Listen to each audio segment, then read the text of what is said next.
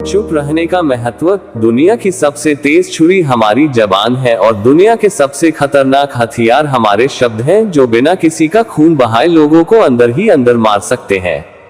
हमारे शब्द हमारी ताकत हो सकते हैं, उसी के साथ यह हमारी सबसे बड़ी कमजोरी भी हो सकते हैं अगर हमें नहीं पता कि कब, कहां और क्या और कितना बोलना है। यदि हम सही समय पर सही इरादे के साथ सही शब्दों का प्रयोग करते हैं तो ये हमें एक सफल व्यक्ति बनाता है, लेकिन अगर हम सही समय पर सही इरादे से सही शब्दों का इस्तेमाल नहीं करते तो ये हमारे जीवन को नर्क से बदतर बना सकता है। तो चलिए जानते हैं एक कहानी के माध्यम से चुप रहकर जीवन को कैसे बदला जा सकता है। जापान में एक बहुत ही प्रसिद्ध बौद्ध भिक्षु रहा करते थे। उनका नाम रिसाई था। रिसाई अकेले रहते थे। दुनिया के शोर शराबे से दूर जंगल में वो रहते थे और वह बड़े ही ध्यानी और प्रभु भक्त व्यक्ति थे, इसलिए वह पूरे जापान में बहुत प्रसिद्ध थे। एक राजकुमार की समस्या। Motivational story. एक दिन एक राजकुमार रिसाई के पास आया और बोला, हे प्रभु, मैं हमेशा थका हुआ, निराश और परेशान महसूस करता हूँ।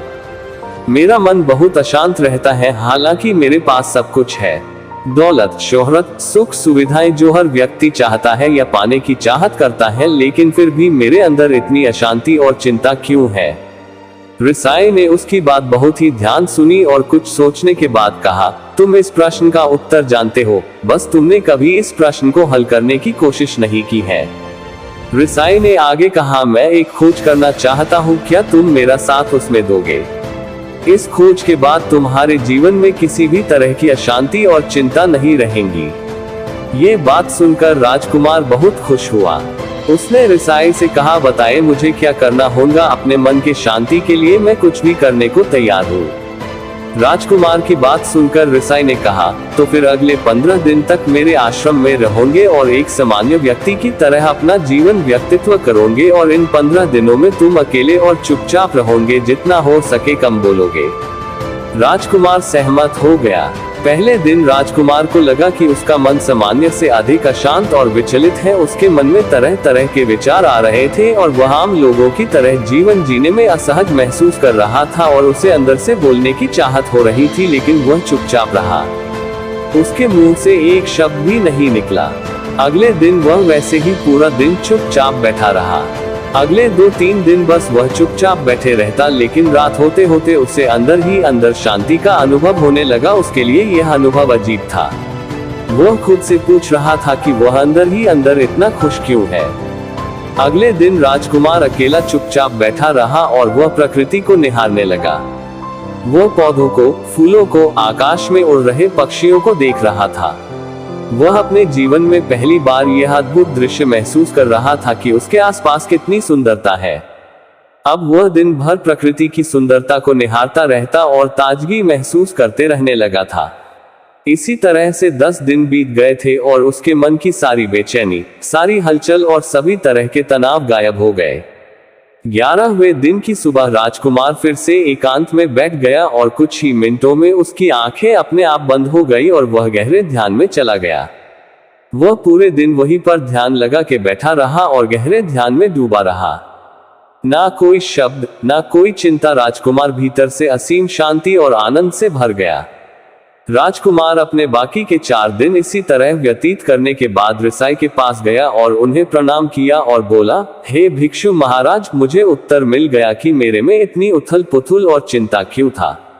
मैं जान गया कि मेरा मन इतना अशांत और विचलित क्यों था। रिसाई ने मुस्कुराते हुए कहा, बताओ क्या उत्तर मिला तुम्हें? राजकुमार ने कहा, मैं जरूरत से ज्यादा बातें करता था। मैं किसी पर भी अपने शब्द और ऊर्जा व्यर्थ करता था। मैं दिन भर अपने लोगों से फालतू बातें करता और अकेले में उन्हीं लोगों के बारे में सोचता रहता था। ज्यादातर समय निगेटिव बातें सोचता रहता और इस तरह से मैं अपना समय बर्बाद कर देता था। ज्यादा बोलने और निगेटिव सोचने से मेरा मन अशांत और बेचैन हो गया था। इसी वजह से मैं किसी काम को ठीक से नहीं कर पा रहा था, जिसकी वजह से मैं हर काम में असफल होने लगा और फिर इन्हीं लगातार मिलने वाली असफलताओं की वजह से ही मैं उदास और चिड़चिड़ा हो गया। इन्हीं सभी चीजों के वजह से मेरा जीवन बर्बाद हो रहा था। यहाँ पर हुए 15 दिन मेरे लिए पूरी तरह से अलग थे। मुझे कुछ अलग ही एहसास यहाँ पर हो रहा था। अब मुझे ऐसा लग रहा है मैं अपना जीवन पूरी तरह से जी रहा हूं, लेकिन इसके पहले मैं अपना जीवन गलत तरीके से जी रहा था। जीवन में खुद को जानना और समझना बहुत जरूरी होता है, जो मैंने पिछले 15 दिनों में अनुभव किया। राजकुमार की सारी बातें सुनने के बाद रिसाई ने कहा, सिर्फ तुम ही नहीं, दुनिया में ज्यादातर लोग जरूरत से अधिक बोलते हैं। आज भी लोग ज्यादातर समय केवल दूसरों को नीचा दिखाने के लिए ही बर्बाद करते हैं।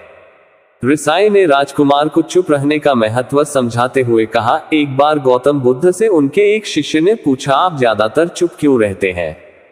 तब बुद्ध उन्हें चुप रहने के फायदे को समझाते हैं। चुप रहने से व्यक्ति अंदर से अनंत शांति और गहराइयों में होता है। मौन अपने भीतर उतरने की पहली सीढ़ी है। मौन के बिना खुद को जानना असंभव है।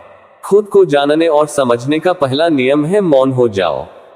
कम बोलने का कोई भी नुकसान नहीं है, लेकिन यदि आप ज्यादा बोलते हैं तो आप अधिक गलतियां करते हैं। अगर व्यक्ति कम बोलना शुरू कर दे तो संसार की 90% मुसीबतें अपने आप खत्म हो जाएंगी। जिसने मौन रहने की कला जान ली, वो भीड़ में भी अकेले रहने कला जान लेता है। एकांत में तो आदमी आनंदित रहता है, दूसरों की उपस्थिति ही तो बेचैनी पैदा करती है। चुप रहने की शक्ति से अधिकतर ऊर्जा को बचा लोगे। इस कहानी से हमें ये सीखने को मिलता है कि चुप रहने में भी एक अद्भुत शक्ति होती है। अगर हम सही समय पर सही शब्दों का प्रयोग करते हैं तो हम अपने जीवन को सकारात्मक दिशा में बदल सकते हैं।